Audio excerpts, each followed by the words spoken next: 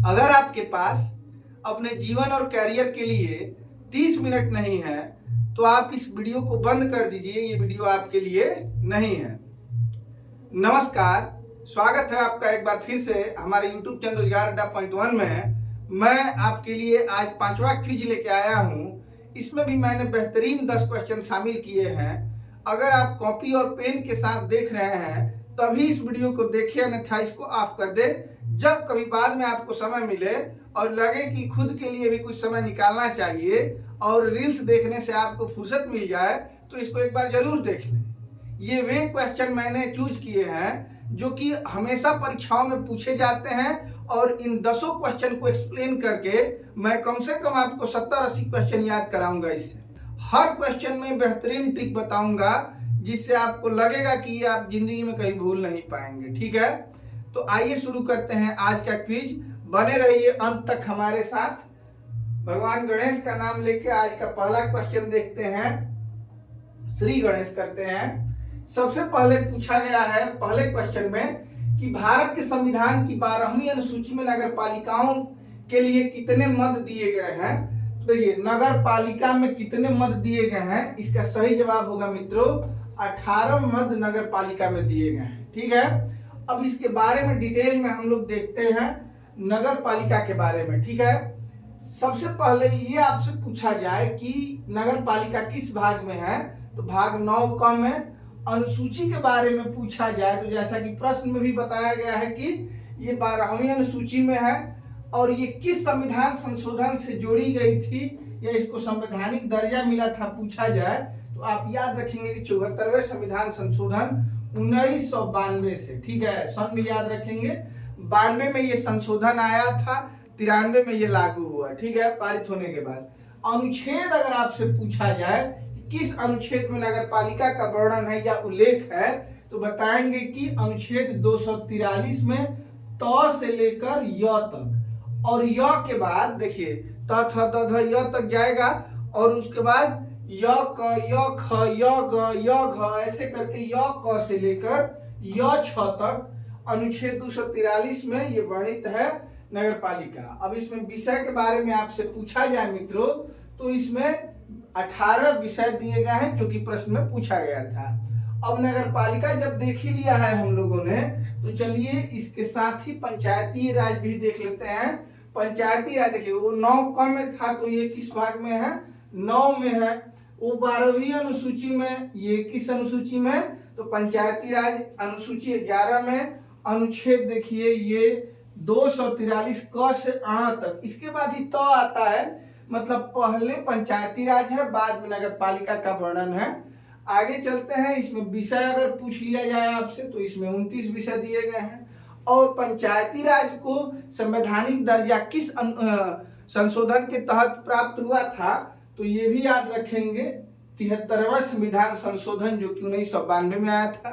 एक क्वेश्चन पूछा गया था पीईटी में कि पंचायती राज को जब संवैधानिक दर्जा मिला था उस समय भारत के प्रधानमंत्री कौन थे, तो पीवी नरसिम्हा राव थे, याद रखेंगे आप लोग।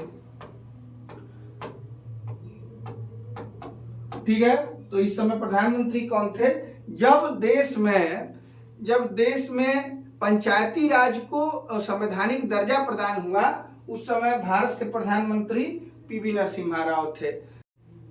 आइए चलते हैं मित्रों अगले क्वेश्चन पे, देखते हैं इसके बारे में।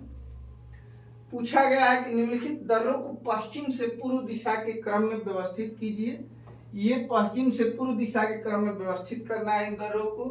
तो इसको देखने से पहले मैं आपको कुछ ट्रिक बताऊंगा, पहले वो देख लेंगे जिससे कि दर्रे याद हो जाए आपको जैसा कि बोर्ड पे दिख रहा होगा ये हेमा मालिनी है, ये एक्ट्रेस थी पहले, अब ये सांसद हैं।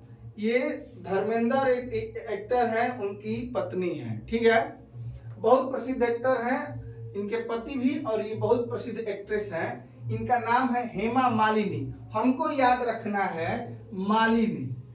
ठीक है, काफी सुंदर है ये। और ये हमारा एक राज्य हुआ उत्तराखंड, ये भी काफी सुंदर है।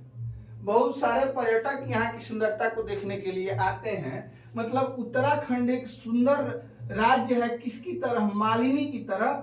अब आपको याद रखना है मा का मतलब क्या होगा, तो माना दर्रा। ली का मतलब क्या होगा, लिपुलेख दर्रा। और नी का मतलब मालिनी, नी का मतलब क्या होगा, नीति दर्रा। तो मालिनी से आप याद रखेंगे। सुंदर राज्य उत्तराखंड, ये सुंदर एक्ट्रेस है, इसलिए मैंने इनको इसमें शामिल किया है। मालिनी का मतलब माना दर्रा, लिपुलेख दर्रा और नीति दर्रा कहाँ पे है, तो उत्तराखंड में है। आगे चलते हैं, आगे देखते हैं। देखिए ये इनका शरीर छोटा है, शरीर आप देख सकते हैं कि शरीर छोटा है और इनका सिर जो है, सिर बड़ा है।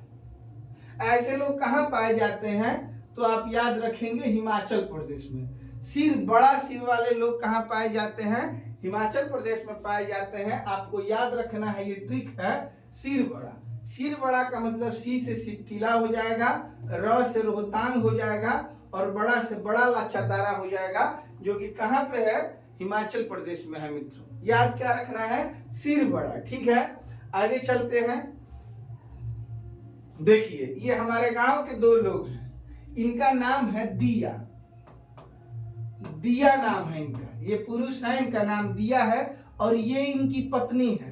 तो आप लोग ये याद रखेंगे मित्रों कि हमारे गांव में या हमारे पूर्वांचल में पूरे, यहाँ पे पत्नी को क्या बोला जाता है, तो पत्नी को पति के नाम के साथ बो लगा के बोला जाता है भोजपुरी भाषा में। जैसे दिया है ये, तो इनका नाम क्या हो जाएगा, दिया बो।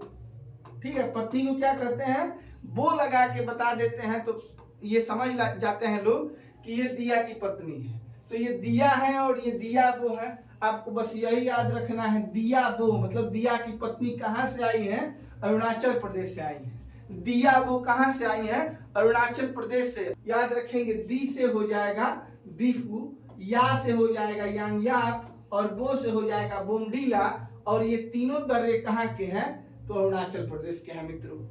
ठीक है, अब आपसे एक क्वेश्चन इससे इंपॉर्टेंट पूछा जाता है कि भारत में ब्रह्मपुत्र नदी किस दर्रे के पास प्रवेश करती है, तो याद रखेंगे यांगयाक दर्रे के पास। बहुत बार ये प्रश्नों में पूछा। तो आइए दोस्तों देखते हैं, ये कश्मीर में स्थित दर्रों के लिए ट्रिक है, बुक जो पीर बनी।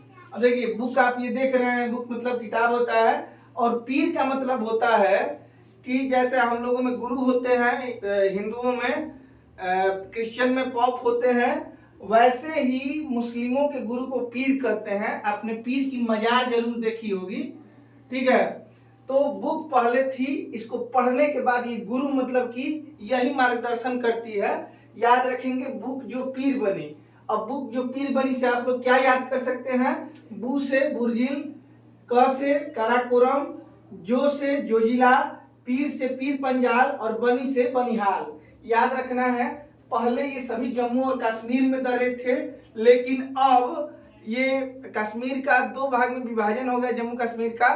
तो ये लद्दाख और जम्मू कश्मीर दो राज्य बन चुके हैं अब। तो याद रखना है कि देखिए ये बॉर्डर पे है बुर्जिल, जेएंडके में है, और ये पास जोड़ती है लद्दाख से।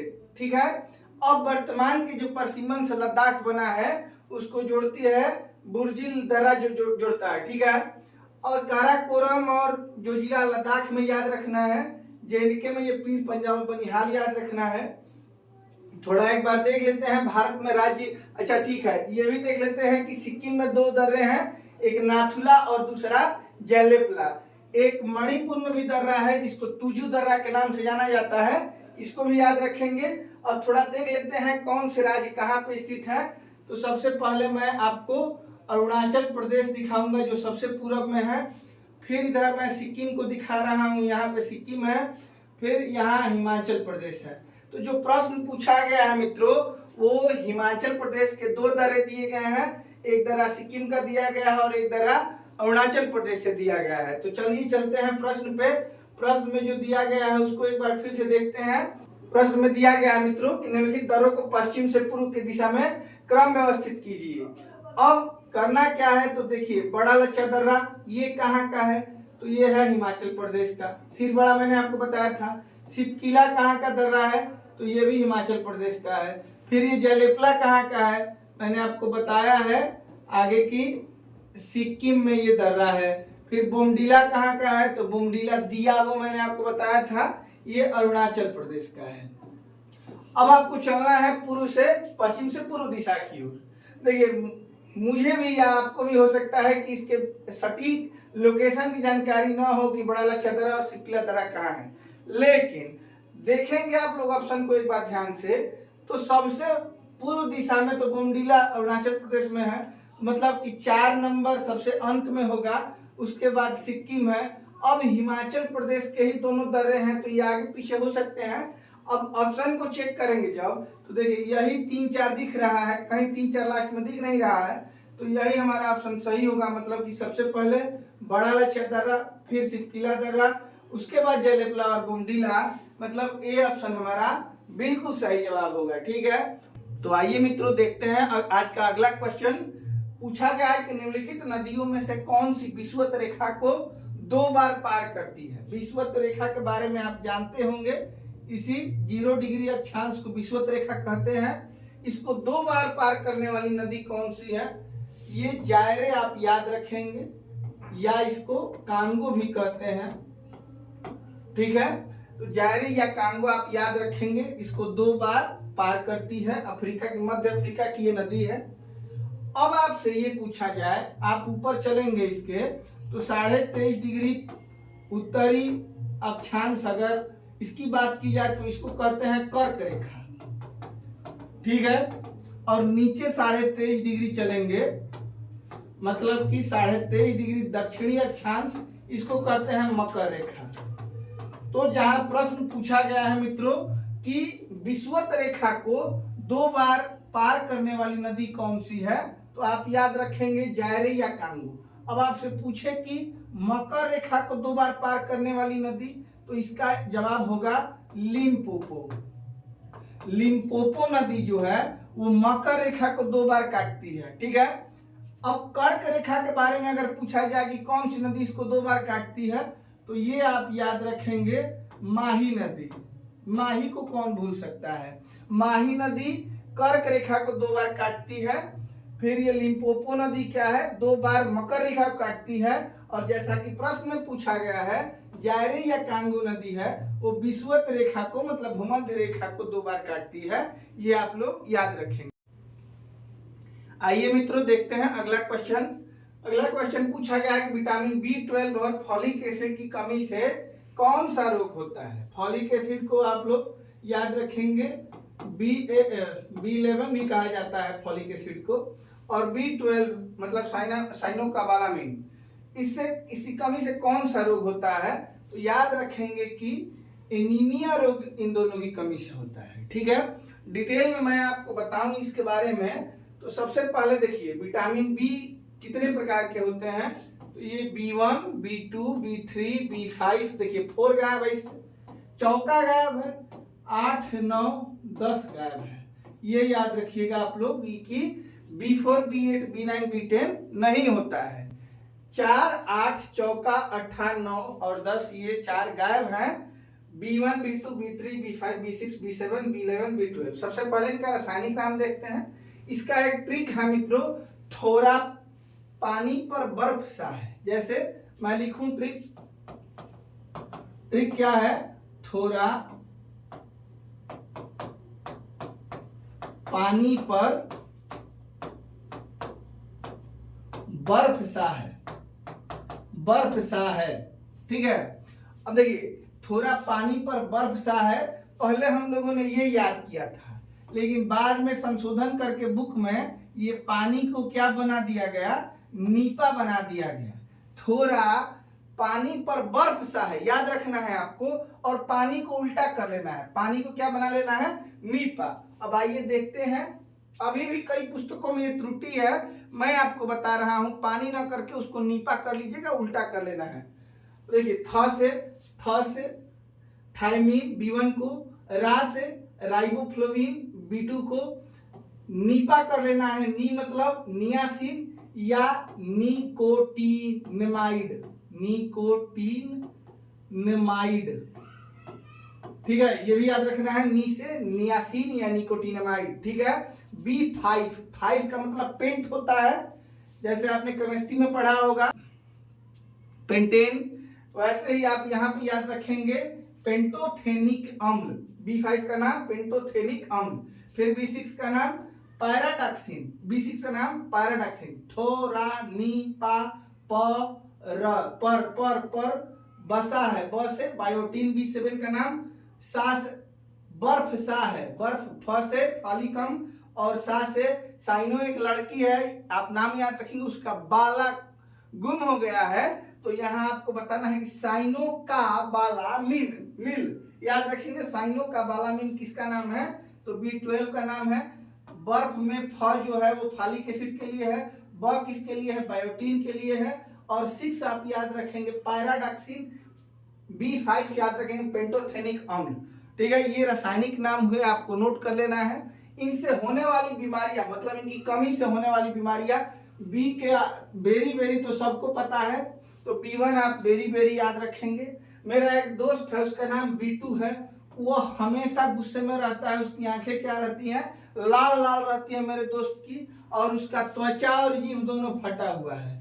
मेरे दोस्त बिट्टू का आंख हमेशा लाल रहता है और उसकी त्वचा और जीभ हमेशा क्या रहता है? फटा हुआ रहता है, ये याद रखेंगे। अब निकोटिनेमाइड, निकोटीन कहाँ पाया जाता है? चाय में। और चाय अगर आपके शरीर पे गिर जाए तो क्या हो जाए? त्वचा दाद, इसको पेलाग्रा भी कहते हैं, फोर्डी सिंड्रोम भी कहते हैं। ठीक है, तो चाय में निकोटीन पाया जाता है। निकोटीन मतलब चाय में पाए जाने वाला एक रसायन है, और यह शरीर पे गिर जाए तो कौन सा रोग हो जाए? त्वचा दाद हो जाए। याद करने के लिए केवल मैं बता रहा हूं। आगे चलते हैं, पेंटोथेनिक अम्ल। पेंट कौन करता है? जिसके बाल सफेद हो, और जिसके बाल सफेद हो जाए वो पेंट क्यों नहीं करता है? बाल सफेद होने के साथ साथ वो मंद बुद्धि भी हो, बेवकूफ आदमी ही पेंट करता है बालों को। तो आप याद रखेंगे पेंटोथेनिक अम्ल की कमी से बाल सफेद और मंद बुद्धि, ये दो बीमारियां होती है। छक्का, B6 मतलब छक्का, छक्का में क्या है? खून की कमी है। चलिए B6 को आप याद रखेंगे, एनीमिया और त्वचा रोग। फिर B7 अगर आपका कम हो जाए तो आपकी शादी नहीं हो सकती है। शादी का लक्षण क्या है? हमेशा शरीर में दर्द रहेगा। और ये शादी क्यों नहीं हो पाएगी? क्योंकि बाल गिरेगा और लकवा मार देगा। B7 मतलब 7 फेरे लेने के लिए आप याद रखेंगे, शरीर में दर्द, बाल गिरना और लकवा, ये सब शादी का लक्षण है। शरीर में दर्द, बाल गिरेगा, शादी नहीं होगी, लकवा हो जाएगा तो भी शादी नहीं हो पाएगी। शादी का मतलब ये 7 फेरों से है। B7 के लिए आप लोग याद रखेंगे। B11 याद रखेंगे, दोनों में एनीमिया है 11-12 में, और एक में पेचिस रोग और दूसरे में कौन सा रोग है? पांडु रोग है, इसको आप लोग याद रखेंगे। चलिए, यही इसका ट्रिक था। थोड़ा पहले पानी पे छप के आता था बुक में, अब इसको सुधार किया गया है, नीपा पर बर्फ सा है, नीपा पर बर्फ सा है। आगे चलते हैं मित्रों, ABCD की बात अगर मैं करूं तो रासायनिक नाम पहले आप लोग देखेंगे, तो रेटिनाल है इसका A का। B का नाम अगर आप पूछे तो वही थायमीन, ठीक है। C का नाम पूछे तो ascorbic acid, ascorbic acid. D अगर पूछा जाए तो कैल्सीफेराल, कैल्सीफेराल। E अगर पूछा जाए तो टोकोफेराल, टोकोफेराल। फिर K पूछा जाए तो फिनोक्विनान या नेफ्टोक्विनान याद रखेंगे, फिनोक्विनान या इसको नेफ्थोक्विनान भी कहते हैं, नेफ्थोक्विनान भी कहते हैं। ठीक है, अब इसकी कमी से होने वाले रोग कौन से हैं? रतौंधी याद रखेंगे, इससे बेरी बेरी याद रखेंगे। फिर एस्कार्बिक एसिड की कमी से कौन सा रोग? मसूड़ों का रोग होता है, क्या कहते हैं उसको? स्कर्वी, स्कर्वी रोग है। और ये कैल्सीफेराल की कमी से हड्डियां कमजोर होती हैं, मतलब इसमें रिकेट्स होता है। क्वासियोरकर भी एक आप याद रख सकते हैं। फिर टोकोफेराल की कमी से, मतलब विटामिन ई की कमी से जनन शक्ति में कमी, जनन शक्ति में कमी। विटामिन के की कमी से रक्त का थक्का न जमना, रक्त का थक्का न जमना, मतलब ब्लड क्लॉटिंग नहीं होगी। आगे अगर थोड़ा सा एक बार क्वेश्चन पे फिर चला जाए तो यहाँ आप सभी ऑप्शन देखेंगे, ये तो हो जाएगा B6, B11 और B12। तीनों की कमी से ये रोग होता है। नपुंसकता मतलब जनन शक्ति में कमी, किस विटामिन की कमी कारण? ई की कमी कारण, बेरी बी की कमी कारण, और रक्त का थक्का न जमना किसके कारण? के कारण होता है। ये आप ऑप्शन में भी देख सकते हैं। ठीक है मित्रों, तो आइए दोस्तों देखते हैं आज का अगला क्वेश्चन। पूछा गया है कि निम्नलिखित में से कौन सी बीमारी जीवाणुओं के कारण होती है? जीवाणु मतलब क्या होता है? बैक्टीरिया, जैसा कि अंग्रेजी में दिया गया है कि काज्ड बाय बैक्टीरिया। तो बैक्टीरिया से होने वाली बीमारी कौन सी है? ठीक है, इसका सही जवाब होगा एंथ्रेक्स। क्या होगा? एंथ्रेक्स। ये हिंदी में इसको क्या कहते हैं? गिल्टी या बिसहरिया कहते हैं। आप यहाँ पे चित्र में देख पा रहे होंगे कि यहाँ पे एक गिल्टी है, वो घाव का रूप ले चुकी है। यही बिसहरिया रोग है या गिल्टी रोग है। ये किसके कारण होता है? तो ये बैक्टीरिया के कारण होता है। ठीक है, बड़ी माता, एड्स और रेबीज, ये तीनों विषाणु से होने वाले रोग हैं। ये आप लोग ध्यान रखेंगे। विषाणु का मतलब होता है वायरस, ये वायरस है तीनों। और ये एक एंथ्रेक्स रोग है जो कि हिंदी में इसको गिल्टी या बिसारिया कहते हैं। ये बैक्टीरिया से होने वाला रोग है। तो आइए मैं आपको बैक्टीरिया के लिए ट्रिक बताता हूं। बैक्टीरिया से होने वाले रोग कौन से हैं? बैक्टीरिया से होने वाले रोग, इसके लिए दो ट्रिक मैं बताऊंगा आपको। पहला तो पंडित का टिक न्यू है। पंडित जी को जानते ही होंगे आप लोग मित्रों। और पंडित जी टिक रखते हैं पीछे, जो बाल छोड़ दिए जाते हैं। देखिए यहाँ तो ना लिख के मैंने ट लिखा है। प से क्या होगा? प से प्लेग होगा। डी से क्या होगा? डी से डिप्थीरिया होगा। ट से क्या होगा? टाइफाइड होगा। क से क्या होगा? क से कोड़ होगा।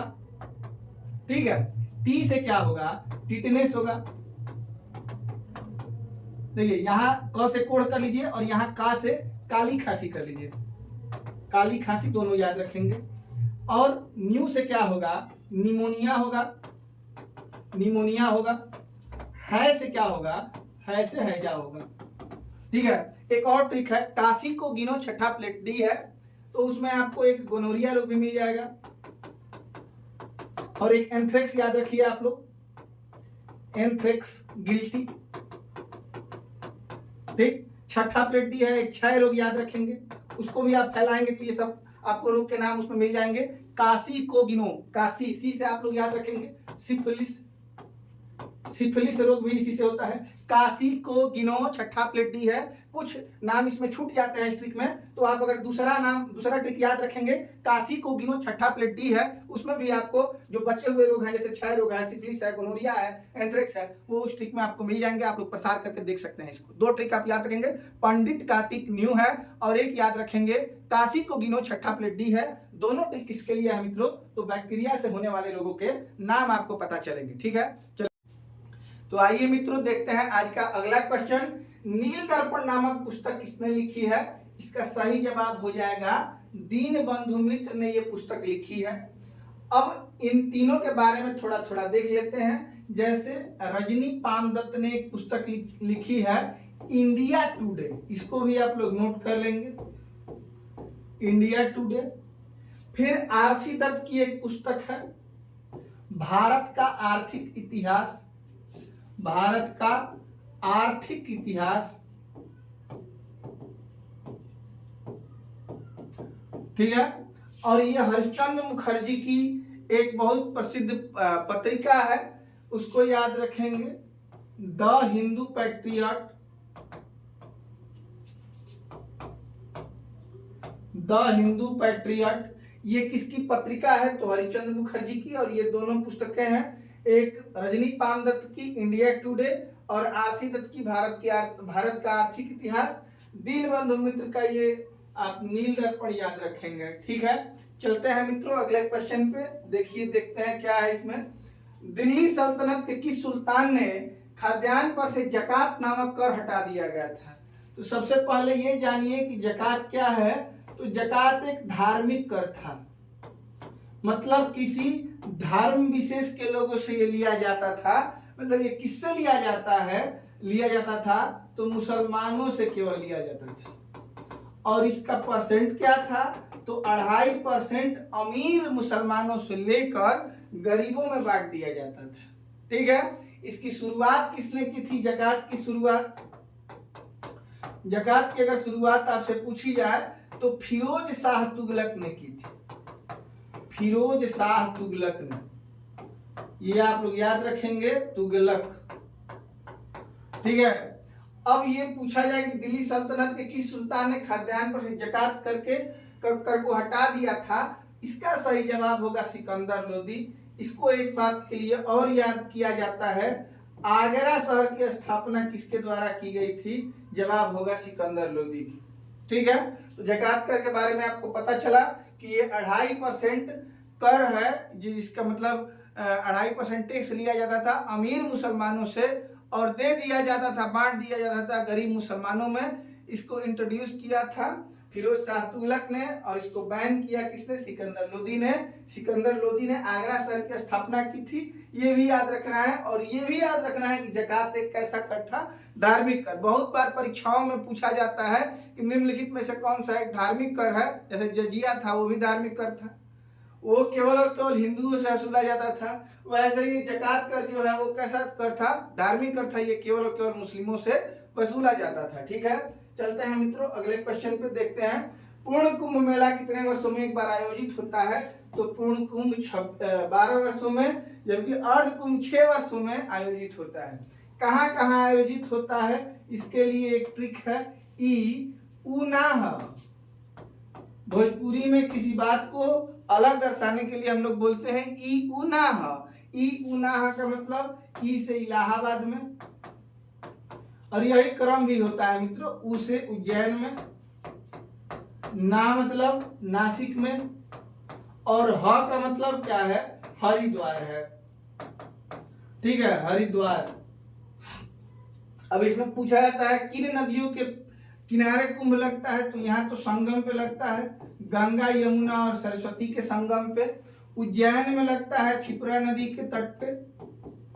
ठीक है। नासिक में लगता है गोदावरी के तट पे। ठीक है। और हरिद्वार में लगता है गंगा के तट पे।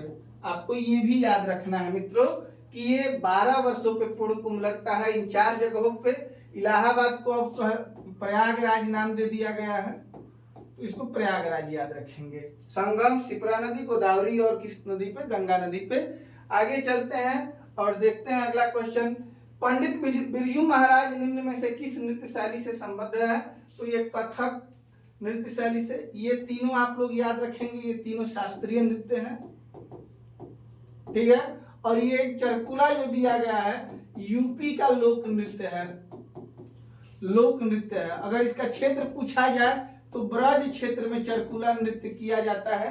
महिलाएं अपने सर पे बहुत बड़े दीपक को विशाल सजा के इस पे डांस करती हैं चरकुला नृत्य में, ये याद रखेंगे। ये लोक नृत्य है और ये तीनों शास्त्रीय नृत्य हैं। अब कथक के बारे में पूछा जाए तो आप कहेंगे कि उत्तर प्रदेश का शास्त्रीय नृत्य है। कथकली के बारे में पूछा जाए तो आप कहेंगे कि केरल के लिए है। और भरतनाट्यम के बारे में पूछा जाए तो बताएंगे कि तमिलनाडु में स्पेशली होता है। अब बिरजू महाराज के बारे में थोड़ा सा देख लेते हैं। इन्हें कथक का जनक कहा जाता है, कथक का जनक कहा जाता है। माना जाता है कि कथक की शुरुआत पंडित बिरजू महाराज ने की थी। ठीक है। तो आप याद रखेंगे कि कथक कहाँ का शास्त्रीय नृत्य है, उत्तर प्रदेश में। उत्तर प्रदेश में याद रखेंगे, पूरे उत्तर प्रदेश में कथक नृत्य किया जाता है। आगे चलते हैं अगले क्वेश्चन पे, देखते हैं आज का अंतिम क्वेश्चन। निम्नलिखित में से कौन सा गवर्नर जनरल अंग्रेजी, कथित बंगाली, अरबी और फारसी भाषाओं का जानकार था। सबसे पहले ये याद रखना है कि इनका समय क्या था जब ये भारत के गवर्नर जनरल थे। ये आप एक बार देख लेंगे, 1886-93 और 2 बार बना था कर्नवालिस, मतलब एक बार 1805 ईस्वी में, लॉर्ड डफरिन 1884 से 88 में। इनके महत्वपूर्ण काम क्या है, सबसे पहले इससे आप याद रखेंगे, भारत में सिविल सेवा का जनक, भारत में सिविल सेवा का जनक, सिविल सेवा का जनक याद रखेंगे। कौन कहा जाता है, तो लॉर्ड कॉर्नवालिस। और एक बात और, यूपी के अगर आप परीक्षाओं में बैठ रहे हैं तो आपको ये भी याद रखना होगा कि इसका मकबरा गाजीपुर में है। लॉर्ड कॉर्नवालिस का मकबरा कहाँ है, गाजीपुर में। भारत में सिविल सेवा का जनक था। अब अगर आपसे पूछा जाए कि सिविल सेवा की शुरुआत किसने की थी मित्रों, तो आप वारेन हेस्टिंग को जरूर याद रखेंगे। अगर आपसे पूछा जाए वारेन हेस्टिंग को जरूर याद रखेंगे। लेकिन इसको सही रूप देने वाला लॉर्ड कॉर्नवालिस ही था, इसलिए भारत में सिविल सेवा का जनक किसे कहा जाता है? लॉर्ड कॉर्नवालिस को। अब डफरिन के बारे में थोड़ा एक बार देख लेते हैं। एक सबसे महत्वपूर्ण जो भारत की राजनीतिक पार्टी थी, कांग्रेस की स्थापना डफरिन के, डफर था ये, कांग्रेस की स्थापना करवा दिया और कांग्रेस ने लड़ के देश को आजादी दिला दी। तो याद रखेंगे डफरिन ने कांग्रेस की स्थापना, मतलब डफरिन के समय ही कांग्रेस की स्थापना हुई थी, ठीक है। वारेन हेस्टिंग के बारे में आप याद रखेंगे, कोलकाता में, उस समय कोलकाता बोलते थे, कलकत्ता में सुप्रीम कोर्ट की स्थापना जो थी किसके शासनकाल में हुई थी? तो वारेन हेस्टिंग के शासनकाल में सुप्रीम कोर्ट की स्थापना हुई थी, ठीक है। लॉर्ड रीडिंग के बारे में आप क्या बता सकते हैं? देखिए 21 से 26 एक स्वराज पार्टी आप लोग याद रख लीजिए, स्वराज पार्टी की स्थापना किसके समय में हुई थी? तो लॉर्ड रीडिंग के। और एक बहुत बड़ी घटना है चौरी चौरा, ये भी घटना किसके शासनकाल में घटित हुई थी? तो लॉर्ड रीडिंग के शासनकाल में, ठीक है। इस क्वेश्चन का जवाब मैंने नहीं बताया है, ये क्वेश्चन मैं आप लोगों के लिए छोड़ रहा हूं। इस क्वेश्चन का जवाब आप लोग जरूर कमेंट करिएगा। उम्मीद है मित्रों आज का ये सेशन आपको बहुत पसंद आया होगा। ये बहुत ही इंपॉर्टेंट क्वेश्चन है जो हमेशा परीक्षाओं में पूछे जाते हैं।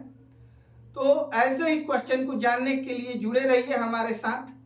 अगर आपको वीडियो पसंद आया हो तो वीडियो को लाइक करें, चैनल को सब्सक्राइब करें और अपने दोस्तों में जरूर शेयर करें ताकि और भी लोग हमारे साथ जुड़ सके। आपका कमेंट करना ही हमारे लिए प्रोत्साहन का कार्य करता है, तो कमेंट भी करते रहें मित्रों। मिलते हैं आपसे अगले वीडियो में, तब तक के लिए नमस्कार। हमसे जुड़ने के लिए आपका बहुत बहुत धन्यवाद।